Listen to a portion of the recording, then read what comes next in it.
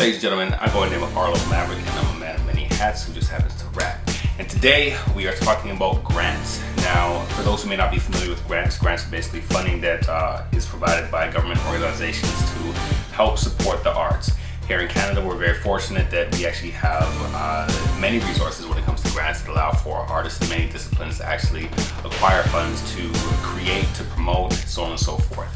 Now, because I'm an artist, a musical artist, I deal with more music-based grants, and so I just want to touch base on a few of the grants that few grant streams that you may want to be aware of. There's grant funding available for recording, there's grant funding available for touring, for marketing, for showcasing, for creating music videos. And so if you're an artist who wants to have an additional set of funds, or just funds period, to actually create your art, then grants is something you definitely want to tap into.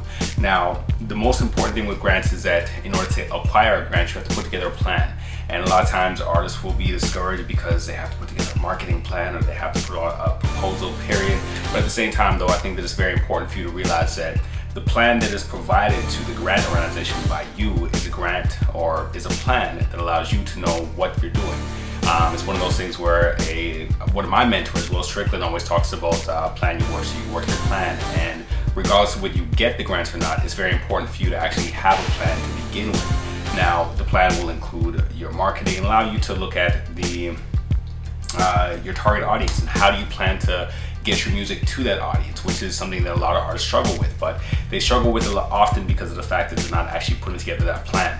Sometimes plans work, sometimes they don't, but just having that guideline there is so important. I think a lot of artists fail to realize that regardless of whether you're applying for a grant or not, you should always have a plan. You should also be aware that with grants, there's multiple sources that you can apply for when it comes to grants. Here in Canada, we have municipal grants, we have provincial grants, we have federal grants. And if you're an artist who's applying for a provincial grant, you could also pair that with a federal grant as well too. So don't be afraid to look into the requirements for the grants and see what their guidelines are. Maybe it's possible for you to take this factor grant and pair it with an Alberta Foundation for the Arts grant. The most important thing is for you to do as much research as possible and talk to other artists who have gotten grants as well too, because one thing that I've noticed is that when you network and when you share information, a community begins to grow, which is one of the most important things. So don't hesitate to reach out to other artists, and hopefully they'll be forthcoming with information. And don't forget that there's